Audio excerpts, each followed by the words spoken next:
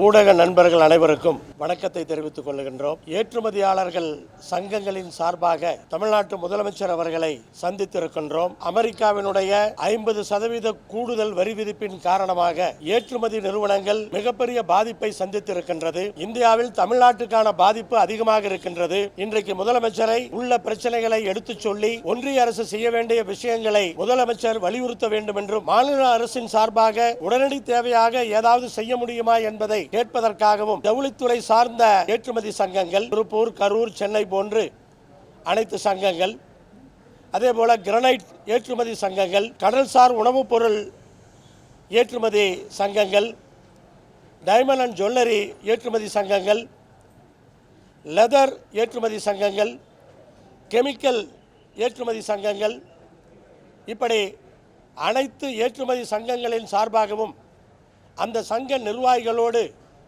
முதலமைச்சரை சந்தித்திருக்கின்றோம். ஒவ்வொரு சங்கமும் அவர்களுடைய பிரச்சனை என்ன என்பதை எடுத்துச் சொல்லி இருக்கிறார்கள். அதை முதலமைச்சர் அவர்கள் குறித்து கொண்டார். துணை முதலமைச்சரும் தொழில்துறை அமைச்சர் அவர்களும் இந்த கூட்டத்திலே பங்கேற்று ஏற்றுமதியாளர்களுடைய பிரச்சனைகளை முழுமையாக தெரிந்து புரிந்து கொண்டார்கள். தொழில்துறை அமைச்சர் இதற்கு முன்பே தொழில் நிறுவனங்களுடைய அமைப்புகளை அழைத்து பல்வேறு முன்னேற்பாடுகளை செய்து கொண்டிருக்கிறார். இன்றைக்கு முதலமைச்சரை சந்தித்ததன் விளைவாக கண்டிப்பாக தமிழ்நாட்டில் இருக்கிற ஏற்றுமதி நிறுவனங்கள் பாதுகாக்கப்படுவதற்கு ஒரு வாய்ப்பு இருக்கிறது என்று நான் முழுமையாக நம்புகிறேன். தமிழ்நாட்டில் இருக்கிற ஏற்றுமதி நிறுவனங்களில் லட்சக்கணக்கான தொழிலாளர்கள் வேலை பார்க்கிறார்கள்.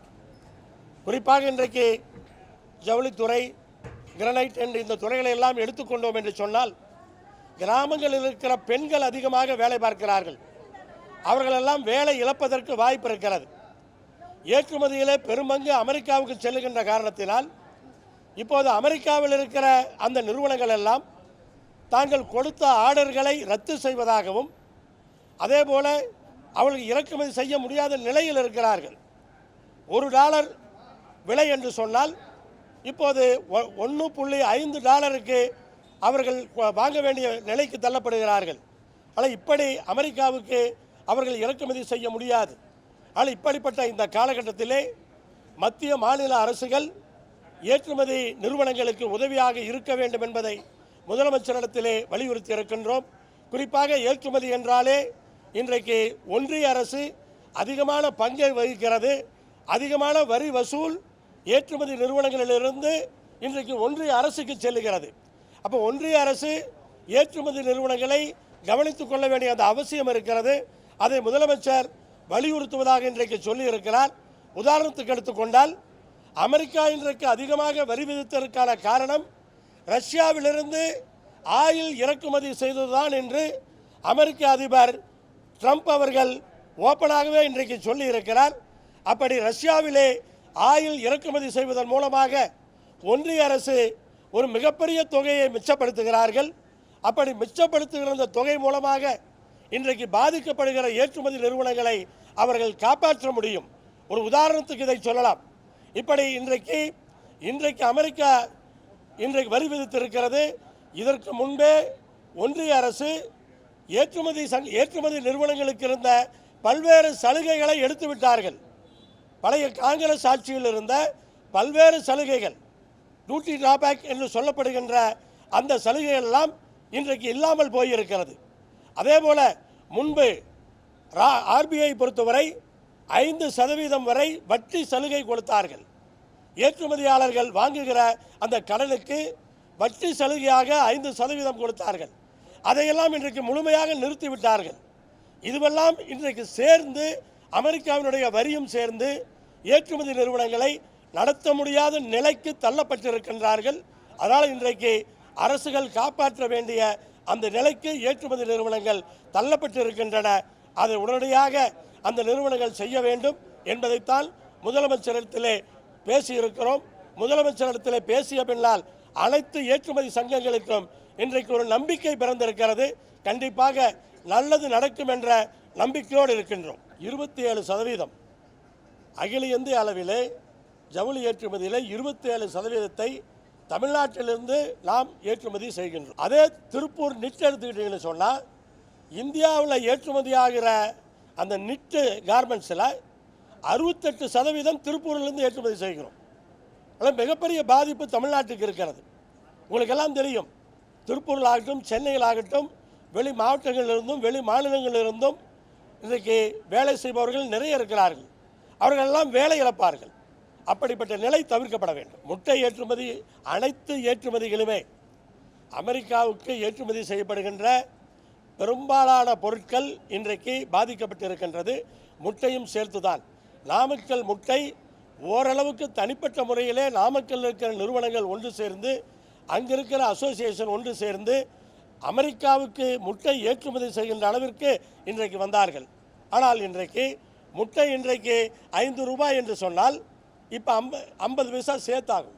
அது 2000 ரூபாய் சேர்த்தாகும். 5 ரூபாய்ங்கிறது 7000 ரூபாயிடும். 5 ரூபாய்ங்கிறது 7000 ரூபாய் ஆயிடுச்சுன்னு சொன்னால் எப்படி ஏற்றுமதி செய்ய முடியும்?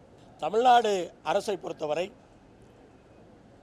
ஏற்றுமதி சார்ந்த நிறுவனங்களுக்கு ஏதாவது உதவிகளை செய்ய முடியுமா என்பதை முதலமைச்சர்களை கேட்டிருக்கிறோம். ஏற்றுமதி சார்ந்து அனைத்து வருமானங்களும் ஒன்றிய அரசுக்கு தான் செல்லுகிறது. இருந்தாலும் கூட வேலை இழப்புகள் தமிழ்நாட்டிலே அதிகமாகும். ஏற்றுமதி சங்கங்கள் எல்லாம் ஒன்றிய அரசுக்கு கடிதம் எழுதுவதை விட தமிழ்நாட்டினுடைய முதலமைச்சர் அனைவரின் சார்பாக விலைக்கு ஒரு கடிதத்தை பிரதமருக்கு எழுதினார் என்று சொன்னால் அதற்கு தாக்கம் அதிகம் இருக்கும் என்ற நம்பிக்கையில் தான் இன்றைக்கு முதலமைச்சரை சந்தித்து வலியுறுத்தி இருக்கிறோம்.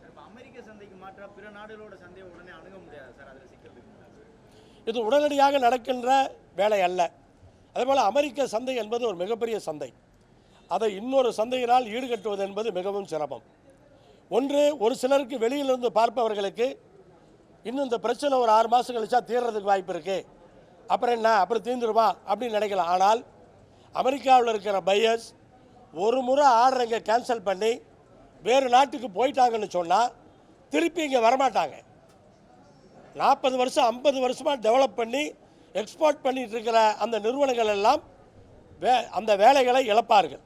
ஆனால் இன்னொரு நாட்டுக்கு போயிட்டு மறுபடியும் இங்கே சரியாயிடுச்சுன்னு சொன்னால் அவங்க இங்கே திரும்பி வரமாட்டார்கள்.